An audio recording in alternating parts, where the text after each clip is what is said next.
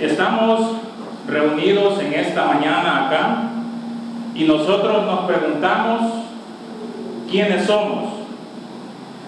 ¿Quiénes somos nosotros? Y la respuesta yo se las quiero dar a continuación. Nosotros que estamos en esta mañana acá somos la Iglesia de Cristo, pensada en la mente de Dios desde antes de la fundación del mundo, establecida en Jerusalén en el año 33 después de Cristo, en el día de Pentecostés, y desde esa fecha, hermanos, hasta la actualidad, estamos cada uno de nosotros convencidos de que somos el remanente de la iglesia establecida en el primer siglo, la iglesia comprada con la sangre de nuestro Señor y Salvador Jesucristo, porque estamos convencidos de que la iglesia del Señor desde su establecimiento hasta nuestra actualidad nunca ha dejado de existir ni lo hará hasta que Él venga por segunda vez. En este día hemos tenido tal vez una experiencia un poco desagradable con lo que le ha ocurrido a nuestra hermana Silvia. Y es probable que nuestra hermana Silvia recuerde este día como un día triste para ella y a muchos de nosotros como un día negro. Y se da la oportunidad de que el tema que vamos a ver en esta mañana se titula Días Tristes y Noches Negras. Hay un canto, hermanos, que habla de días tristes y noches negras. Aunque no lo pronostique el meteorólogo de nuestro país, de su país, los días tristes y las noches negras, dice el canto, no se hacen tardar. Era un día lunes y la joven madre del relato que vamos a contar asistía al servicio fúnebre de una de sus queridísimas amigas, pues ésta había muerto. Para esta joven madre, ese fue el primer golpe en su día. Luego de ir al entierro de su querida amiga, regresaba ya con su vestido negro y con el boletín que le habían entregado en el funeral en su mano.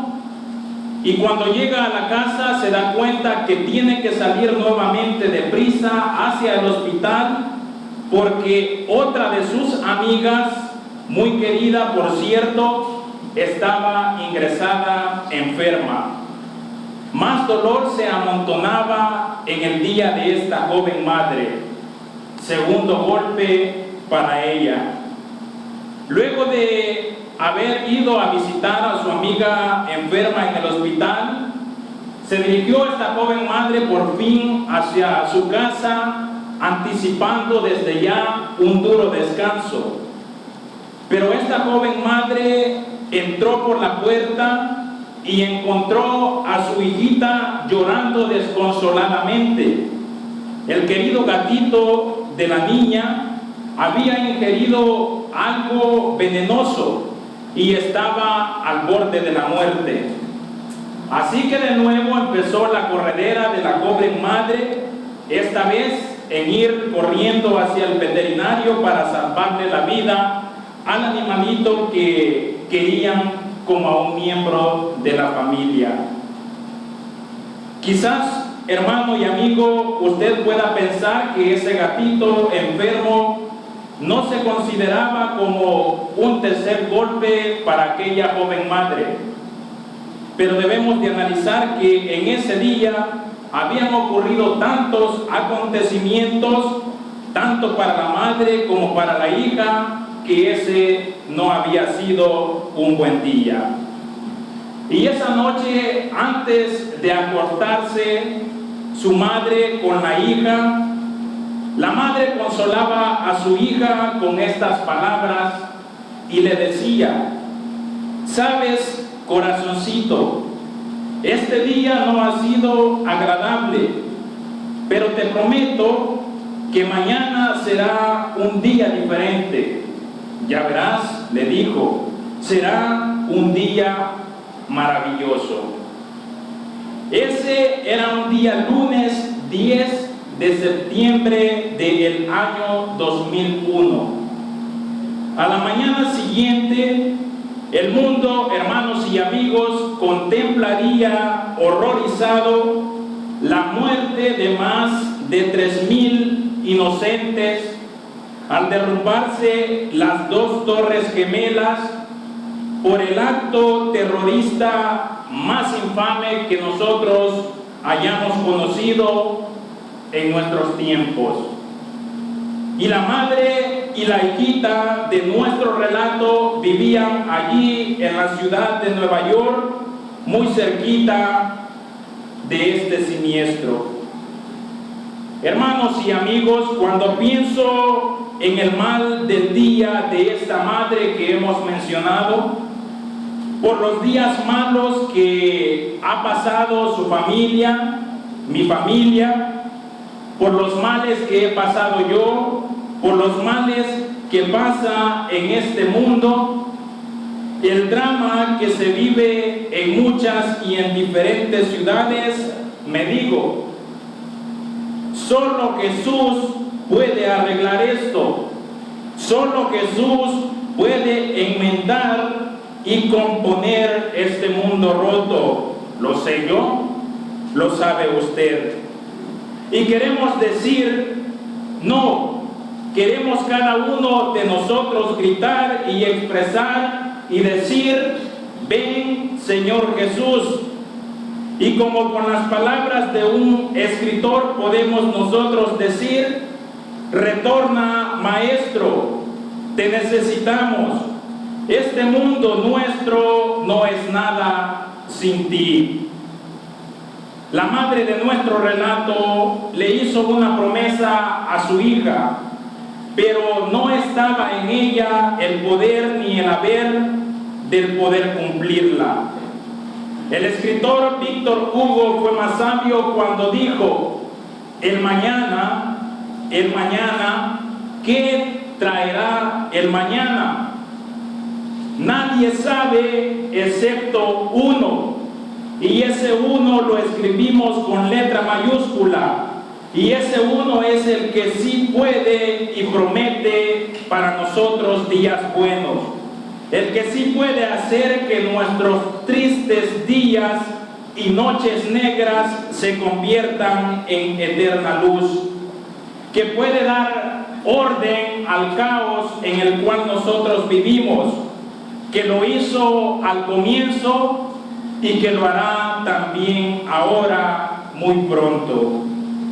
Es el verbo de la creación, es el sol de la justicia, es el mundo disipador de las tinieblas, es el único que puede calmar las tormentas de este mundo con una palabra que salga de su boca. Ese único se llama Jesús. Y cuando Él promete algo, pierda, hermano o amigo, el cuidado porque Él lo cumplirá. Hay un relato bíblico pequeño y dulce en las Sagradas Escrituras que he encontrado, o ha encontrado, mejor dicho, un lugar muy especial en mi corazón. El relato es una muestra. El relato es un adelanto en miniatura de la segunda venida de Cristo. Curiosamente, también este relato fue precedido por un día malo. Nos cuenta la Escritura que los discípulos estaban escuchando a Jesús como siempre lo acostumbraban, pero en esa noche algo radical pasó, algo cambió, y Jesús les dijo algo a sus discípulos que a ellos les preocupó y los desconcertó. Mateo capítulo 16, versículo 21, se nos dice cuáles fueron aquellas palabras. Dice, Desde entonces comenzó Jesús a declarar a sus discípulos que le era necesario ir a Jerusalén y padecer mucho y ser muerto y resucitar al tercer día. Pero esta última frase, hermanos, en este versículo 21, la frase que dice y resucitar al tercer día, esa frase maravillosa para nosotros ahora en día, en ese momento cuando Jesús lo dijo a sus discípulos, se perdió en la bruma de la tristeza causada por el anuncio del padecimiento y de la muerte de Jesús. Los discípulos en ese momento le dieron importancia al acontecimiento de la muerte y el padecimiento de Jesús, pero no le pusieron atención a la última frase que él había dicho, que iba a resucitar al tercer día. Y eso, hermanos, amigos, es muy humano. Siempre nosotros nos enfocamos en la parte negativa y no en las partes positivas. Y los discípulos se dejaron vencer por ese desánimo de la muerte de Jesús. Los discípulos se habían rodeado en ese momento por nubes ennegrecidas. Y ahora Jesús abría una ventana de luz. Cuando nosotros hablamos, hermanos, de la segunda venida de Cristo, tengamos la plena certeza que nosotros estamos disipando las tinieblas. Tengamos la certeza que nosotros estamos animando el corazón, que nos damos un baño de esperanza cuando nosotros hablamos acerca de esto. Hay otro canto que dice: suele haber, ya ves, pruebas y tristezas que abruman el corazón, pero Él, solo Él, puede darte esperanza, valor para seguir. Nunca os rindáis, Jesús ya vuelve, tras las sombras vuelve la luz. Nunca os rindáis, Jesús ya vuelve, nunca os rindáis y venceréis. En Mateo capítulo 17, en los versos 1 y 2, se nos habla de este evento y nos dice, Mateo 17, 1 y 2. 6 días después, Jesús tomó a Pedro, a Jacobo, a Juan, su hermano, y los llevó aparte a un monte alto, y se transfiguró delante de ellos, y resplandeció su rostro como el sol, y sus vestidos se hicieron blancos como la luz. En este versículo, hermano, que hemos leído, hay una palabra que si nosotros le ponemos atención, nos obliga a que nosotros tomemos una pausa. Nos dice que Jesús fue transfigurado. ¿Qué significa eso? En el griego original es la palabra metamorfó, que significa de dónde viene, o la palabra que nosotros conocemos en nuestro castellano, metamorfosis. ¿Qué significa eso? Significa que es una total transformación de su cuerpo y persona. En ese momento, cuando nosotros leemos en Mateo 17, en el verso 1, acerca de su transfiguración, Jesús no se hizo un poquito más grande, ni Jesús en ese momento de la transfiguración se hizo un poquito más alto, ni un poquito más poderoso. No, en ese momento de la transfiguración, la humanidad de Jesús se quedó a un lado por completo y la divinidad de Él como Dios refulgió en esos momentos en su completa y absoluta totalidad. Mateo capítulo 17, en el verso 2, nos dice que sus vestidos en ese momento se hicieron blancos como la luz perfecta, como esa blancura. Eso, hermano y amigo, para nosotros son muy buenas noticias. Y son muy buenas noticias. ¿Saben ustedes por qué? Porque aun cuando Jesús en su vida acá en nuestra tierra llevó todos nuestros pecados, la Escritura nos dice y nos afirma que Él no se contaminó con nuestros pecados. Porque los vestidos blancos en las Escrituras, cuando se nos habla acerca de Jesús, representan su justicia. Representan la justicia que Él nos va a otorgar a cada uno de nosotros. El manto blanco que vamos a recibir cuando Cristo venga a esta tierra por segunda vez. El inmaculado Cordero de Dios que puede quitar el pecado del mundo. Él llevó nuestros pecados, Él llevó mis pecados, Él llevó sus pecados y los del mundo entero, pero la palabra dice sin contaminarse. Tomó los pecados del planeta entero, que eran rojos como el carmesí, y los tornó como blanca lana, según nos lo dice la Escritura en Isaías capítulo 1, en el versículo 18. Hay otro detalle en esta mini venida de Cristo.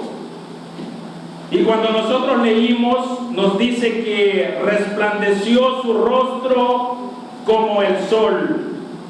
Y aquí yo quiero hacer algunas interrogantes respecto a esto que dice que resplandeció su rostro como el sol. Y yo pregunto, hermanos, ¿cómo estaba el rostro de Moisés cuando bajó de la montaña?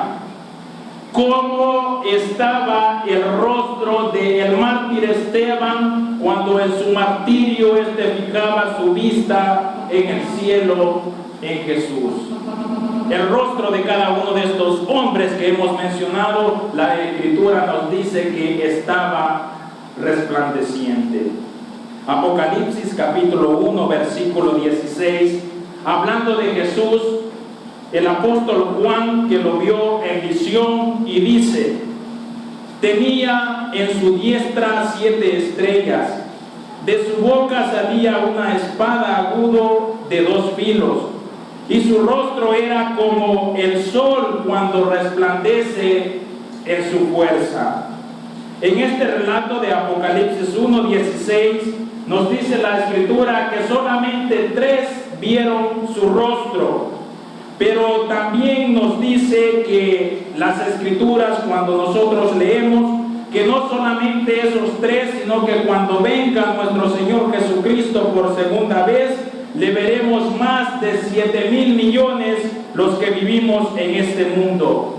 Y le vamos a ver ese rostro que las Escrituras nos dice que resplandece como los rayos del sol.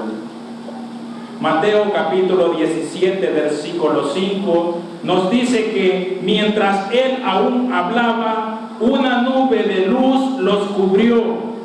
Y he aquí una voz desde la nube que decía: este es mi Hijo amado, en quien tengo complacencia.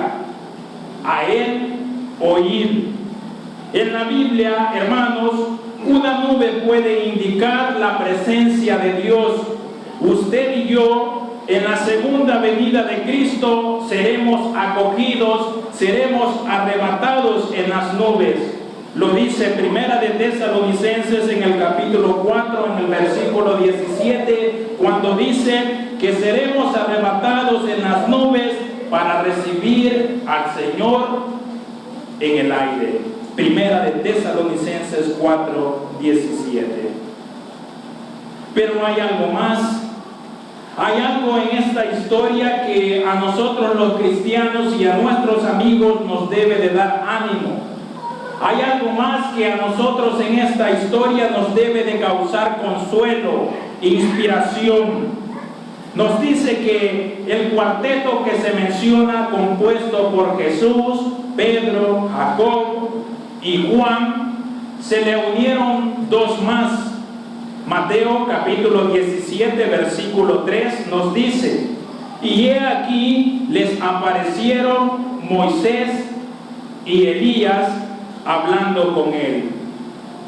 ¿Se imaginan ustedes hablando a Jesús con Elías y Moisés? ¿Se imagina usted a estos referentes de la Biblia hablando con Jesús? Y si nosotros nos preguntamos qué ellos estaban conversando, el Evangelio de Lucas, que va un poquito más allá, nos dice de qué ellos estaban hablando. Lucas 9:31 nos dice: quienes aparecieron rodeados de gloria y hablaban de su partida que iba Jesús a cumplir en Jerusalén. Estos dos hombres, Moisés y Elías, son dos tipos de redimidos que verán la venida de Cristo. Hay un libro titulado El deseado de todas las gentes, y en su página número 390 este libro dice: sobre el monte de la transfiguración, el futuro reino de gloria fue representado en miniatura. Cristo, el Rey, Moisés, el representante de los santos resucitados, y Elías, dice el libro, el representante de los que serán transformados. También esto nos revela algo animador, porque estos hombres, si nosotros leemos en las Escrituras y notamos, no eran hombres perfectos. Nadie lo es ni lo será en nuestro mundo, sino solamente nuestro Dios. Ellos necesitaban, tanto Elías como Moisés, que Cristo cumpliera su misión como Cordero de Dios que quita el pecado del mundo. La condición tanto de Elías como de Moisés en esta tierra no era mejor que la que nosotros tenemos ahora en día. Y la condición de muertos de ellos en el cielo dependía de que Cristo pudiera cumplir acá en esta tierra la misión que le fue encomendada por su Padre. Moisés fue un asesino, fue un hombre impaciente, fue un líder con muchos defectos como nosotros ahora en día, pero con todo y eso nos dice la Escritura que estará en el reino por el poder de la sangre de Cristo. Elías corrió un maratón huyéndole a una mujer, pero también Elías estará allí en el reino de los cielos, porque la sangre de Cristo es poderosa. El canto que nosotros comúnmente entonamos en nuestra congregación nos dice: ¿qué me puede dar perdón? Solo de Jesús la sangre. Y un nuevo corazón, solo de Jesús la sangre. Precioso es el raudal que quita todo mal. No hay otro manantial sino de Jesús, solo la sangre. Hay dos cosas en este relato, hermanos, que nos enseñan a nosotros cómo prepararnos para la segunda venida de Cristo. La encontramos en el Evangelio de Mateo, en el capítulo 17, versos 4, 5 y 8. Si nos preguntamos nosotros, ¿qué debemos de hacer para prepararnos para la venida de Cristo? La respuesta la encontramos en este relato. Pues este relato nos dice, yo no sé si usted lo quiere saber, pero a mí me anima mucho el poder saberlo. Y se nos hacemos las interrogantes: ¿qué es lo que el cielo exige? ¿Qué es lo que Dios quiere que nosotros hagamos? ¿Qué es lo necesario para estar seguros cuando Cristo venga por segunda vez? ¿Estaremos nosotros preparados? Vamos a leer Mateo 17, versículos 4 y 5. Y nos dice: entonces Pedro dijo a Jesús: Señor, bueno es para nosotros que estemos aquí. Si quieres, hagamos aquí 3 enramadas, una para ti, otra para Moisés y otras para Elías. El versículo 8 dice: mientras él aún hablaba, o sea Pedro, una nube de luz los cubrió, y he aquí una voz desde la nube que decía: este es mi Hijo amado, en quien tengo complacencia, a él oír. Y el versículo 8 dice: y alzando ellos los ojos, a nadie vieron sino solo a Jesús. ¿Quiere, hermano y amigo, estar listo para la segunda venida de Cristo? En el relato que hemos leído, ahí está la fórmula. Si usted quiere estar preparado para la segunda venida de Cristo, lo que usted tiene que hacer es poner sus ojos y no ver a nadie más, sino solo a Jesús. Fijar, como dice el corito, tus ojos en Cristo. No te fijes en el predicador, no te fijes en el anciano de tu congregación, en el diácono de la iglesia. Fija tus ojos y tu mirada en Cristo, el cual está lleno de gracia y amor, y lo terrenal sin valor será, pero la luz de nuestro glorioso Señor para siempre resplandecerá. Y como segundo punto, hay que bajar la montaña y cumplir nuestra misión. Mateo capítulo 24, versículo 14 nos dice que debemos de predicar el Evangelio en todo el mundo. Todos tenemos una misión. Por eso la pregunta de las preguntas es: Señor, ¿qué quieres tú que yo haga? ¿Se ha preguntado, hermano, alguna vez eso en su corazón? Señor, ¿qué quieres tú que yo haga? Quiero contarles una historia. Se cuenta de una familia que vivía en el estado de Orlando, Florida, en Estados Unidos. Era una familia maravillosa. Habían vivido en la ciudad de Nueva York. Algo que está aconteciendo muy frecuentemente, o en aquel tiempo aconteció, es que la gente de esas grandes ciudades estaba buscando un lugar más seguro donde poder criar a sus hijos. Y para aquel entonces, el estado de Orlando era una de las ciudades más pequeñas, o más pequeña que donde ellos vivían, que era en Nueva York. Allí llegaron entonces ellos a Orlando con el sueño de poder criar a sus hijos, con el sueño de poder encauzarlos en el bien y orientarlos, con el sueño de librarlos de muchos peligros que son tan frecuentes y que se dan tanto en las ciudades grandes. Fue terrible. Así que ellos vinieron a Orlando con otro de sus hijos y sus 2 hijas más, buscando un nuevo comienzo. Hicieron todo lo que los padres buenos hacen para poder orientar a sus hijos. Y por supuesto, ellos eran fieles en la iglesia. La mamá era muy fiel y activa. Su papá era un fiel diácono de la iglesia. De repente, el hijo que estaba con ellos, que se había migrado a esta ciudad de Orlando, empezó a asociarse con malas compañías, y el pobrecito le iba cada vez de mal en peor. Cada vez llegaba más tarde por las noches a su casa, y por mucho que los padres que lo quisieron orientar y llevarlo a una ciudad para que tuviera una vida mejor, que lo habían disciplinado, ya no podían hacer nada. Él tenía como sus 18 o 19 años, ya era muy difícil poder obligarlo.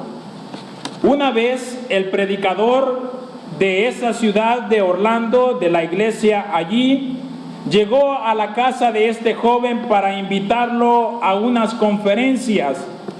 Y el joven estaba ya por salir de su casa. El predicador le dijo: ven conmigo a las conferencias. El predicador dice o cuenta que a pesar de que era un muchacho que andaba en malos pasos, tenía dentro de sí algo noble y de buenos sentimientos. Entonces el joven le respondió al predicador y le dijo: mire, predicador, no puedo, es que estoy comprometido con mis amigos. El predicador entonces le dijo: llámales y diles que vienes conmigo. Pero el joven le dijo: mire, predicador, mañana, si usted viene por mí, mañana yo voy con usted.